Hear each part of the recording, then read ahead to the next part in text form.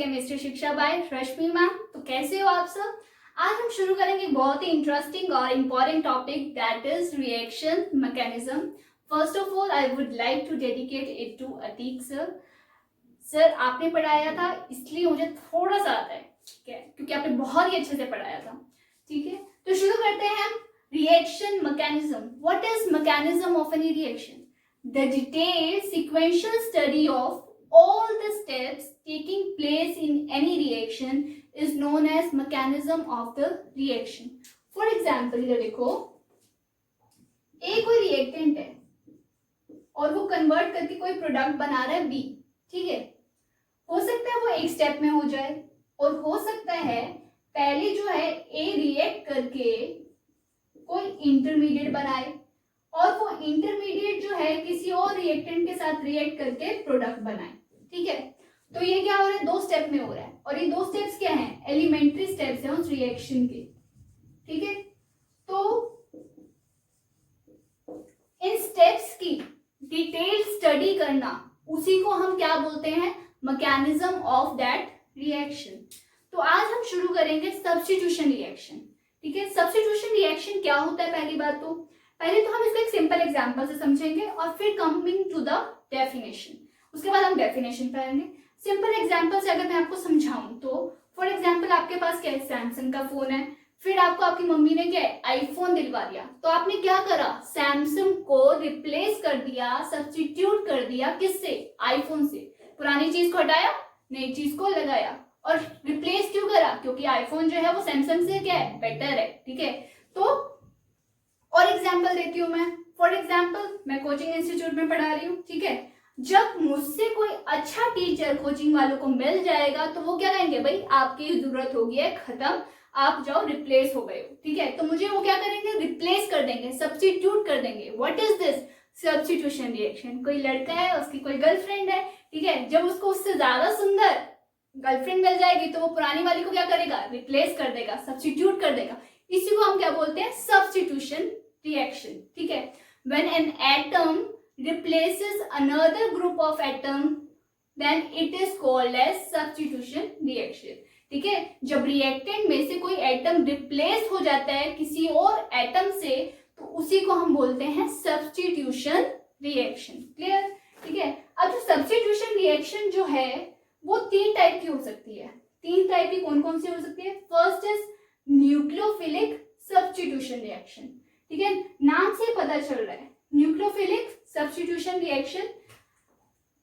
जो nucleophile initiate करे उसको हम बोलते हैं nucleophilic substitution reaction. Initiated by nucleophile, initiated by nucleophile, ठीक है। ये क्या है, हाइड्रोक्साइड आयन,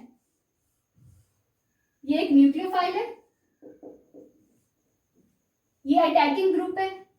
ये क्या है, आयोडाइड आयन, क्या है, लीविंग ग्रुप है। ये क्या है, लीविंग ग्रुप। तो क्या हुआ, जब इस हाइड्रोक्साइड आयन ने कार्बन पे अटैक करा, देखो कार्बन क्या होता है, टेट्रावेलेंट होता है, ठीक है। जैसे ही ये ग्रुप इस पे आगे अटैक करेगा, डेफिनेट सी बात है कि कार्बन पेंटावेलेंट तो नहीं हो सकता, तो ये बॉन्ड क्या हो जाएगा, ये बॉन्ड जो एग्जिस्टिंग बॉन्ड था वो क्या हो जाएगा, वीक हो जाएगा। तो आयोडाइड आयन क्या हो जाएगा, it will leave the group. तो एक स्ट्रॉन्ग न्यूक्लियोफाइल ने एक वीक न्यूक्लियोफाइल को क्या कर दिया, रिप्लेस कर दिया। इसी को हम क्या बोलते हैं, सब्स्टिट्यूशन रिएक्शन। और ये इनिशिएट किसने करा है, न्यूक्लियोफाइल ने इनिशिएट करा है, तो इसको हम बोलेंगे न्यूक्लियोफिलिक सब्स्टिट्यूशन रिएक्शन, ठीक है। तो हाइड्रोक्साइड आयन ने अटैक करा तो यहाँ से आयोडाइड आयन लीव कर दिया, ठीक है। तो यहाँ पर OH ग्रुप लग गया और यहाँ से आयोडाइड आयन निकल गया, ठीक है। ये क्या है, लीविंग ग्रुप। तो ये क्या हो गया, nucleophilic substitution reaction. Then coming to electrophilic substitution reaction. अगर सब्स्टिट्यूशन जो है वो एक इलेक्ट्रोफाइल इनिशिएट कर रहा है तो उसको हम बोलेंगे इलेक्ट्रोफिलिक सब्स्टिट्यूशन रिएक्शन।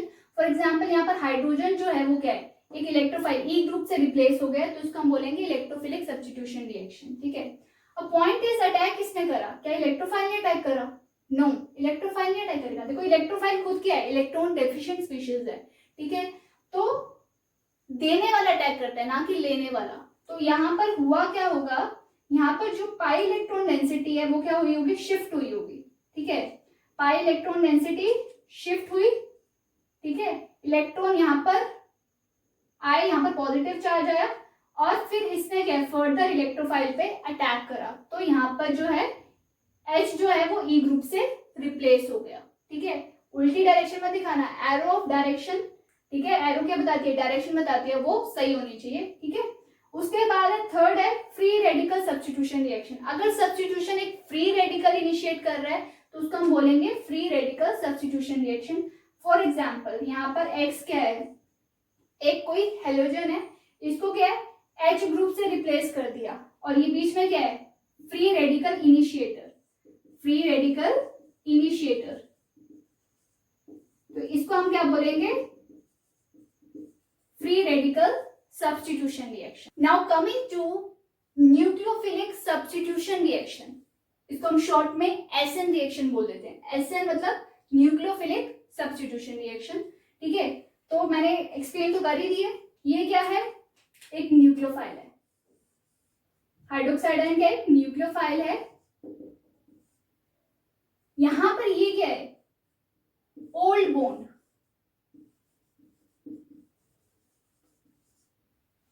ठीक है, और आयोडाइड आयन क्या है यहाँ पर, leaving group.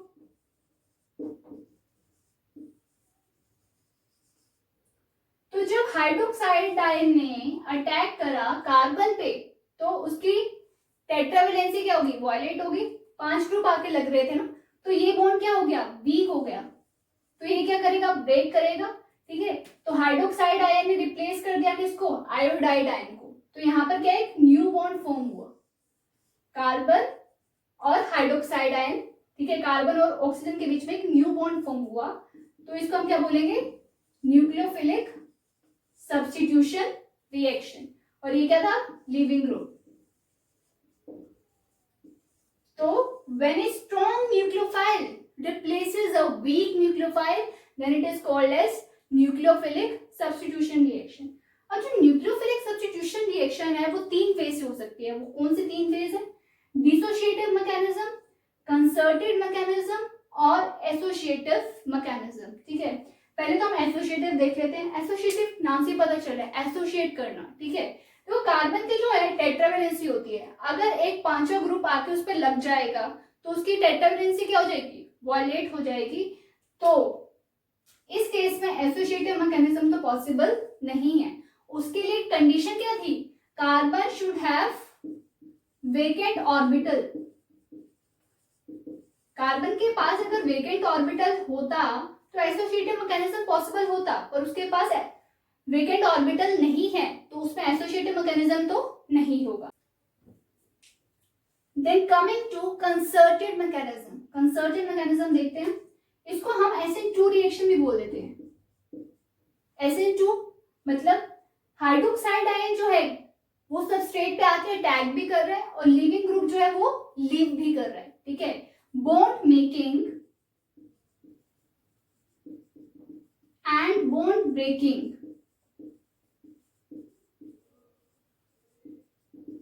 takes place simultaneously।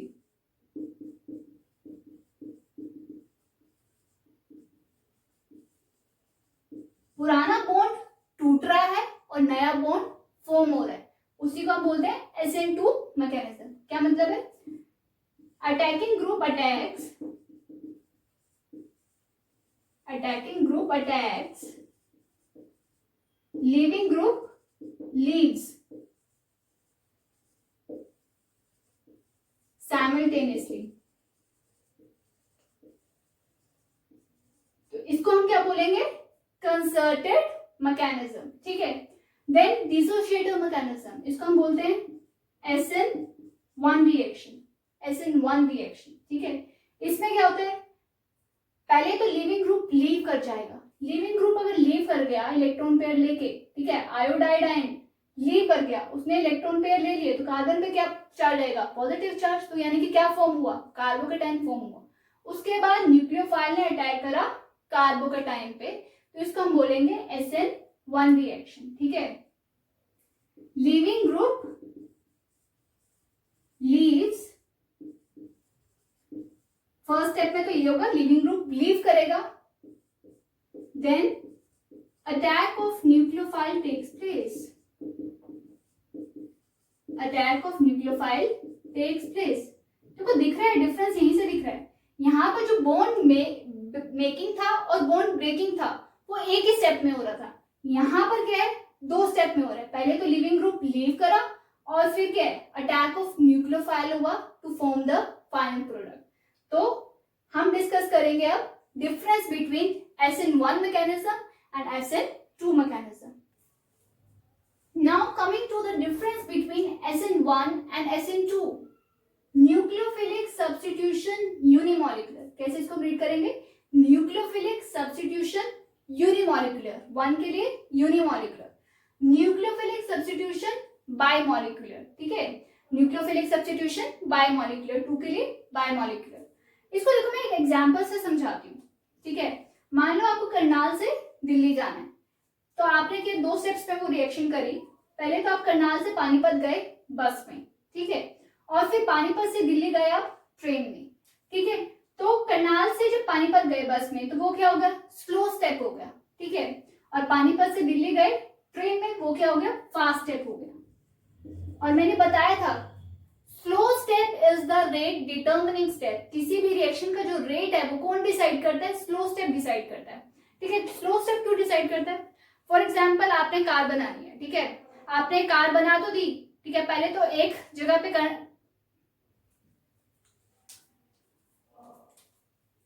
Now coming to the difference between SN1 and SN2 reaction, ठीक है। नाम से ही पता चल रहा है, nucleophilic substitution unimolecular and here nucleophilic substitution bimolecular, ठीक है। 1 means unimolecular and 2 means bimolecular, ठीक है। इसको मैं एग्जांपल से समझाती हूँ। फॉर एग्जांपल आपको करनाल से दिल्ली जाना है, ठीक है, तो आप पहले तो करनाल से पानीपत गए बस में, वो क्या हो गया, स्लो स्टेप हो गया। फिर आप पानीपत से दिल्ली गए ट्रेन में, वो क्या हो गया, फास्ट स्टेप हो गया। तो मैंने बताया था slow step is the rate determining step, ठीक है। Slow step rate determining step क्यों होता है, इसको मैं एक एग्जांपल से बताती हूँ। फॉर एग्जांपल एक फैक्ट्री है जो कि क्या है, कार मैन्युफैक्चर करती है, उसने क्या 10 कार मैन्युफैक्चर कर दी एक दिन में, ठीक है।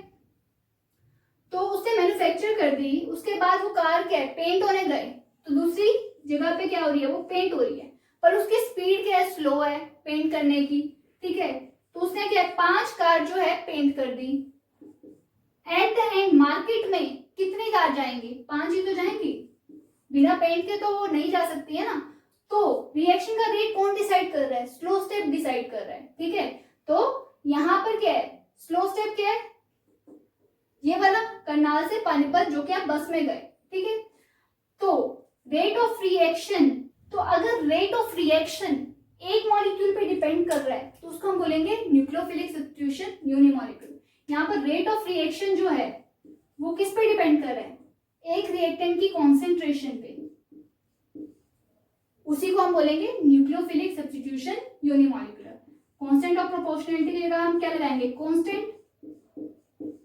तो यहाँ पर रेट ऑफ रिएक्शन क्या है, एक मॉलिक्यूल पर डिपेंड कर रहा है, इसलिए हम इसको बोलेंगे न्यूक्लियोफिलिक सब्स्टिट्यूशन यूनिमॉलिक्यूलर। क्या लिखेंगे, मॉलिक्यूलैरिटी इज 1, मॉलिक्यूलैरिटी इज 1। मॉलिक्यूलैरिटी का मतलब क्या होता है कि रेट डिटर्मिनिंग स्टेप में कितने मॉलिक्यूल्स इन्वॉल्व है। Now coming to nucleophilic substitution bimolecular, देखो ए से बी, ये मान लो कोई एक स्टेप है, फिर B + C गिव्स D, ये स्लो स्टेप है मान लो, ठीक है। तो slow step is the rate determining step, ये क्या है, रेट डिटर्मिनिंग स्टेप। तो रेट ऑफ रिएक्शन जो है वो किस पे डिपेंड कर रहा है, concentration of B as well as concentration of C। B की कॉन्सेंट्रेशन पे भी डिपेंड कर रहा है और C की कॉन्सेंट्रेशन पे भी डिपेंड कर रहा है, ठीक है।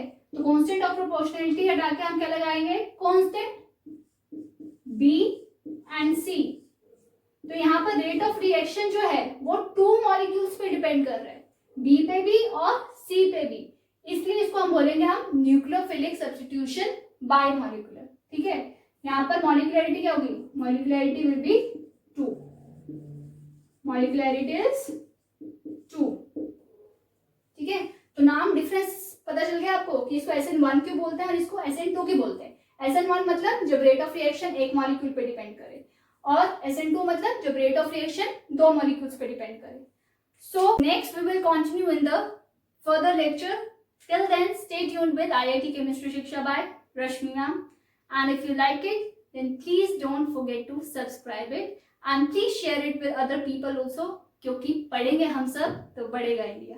धन्यवाद.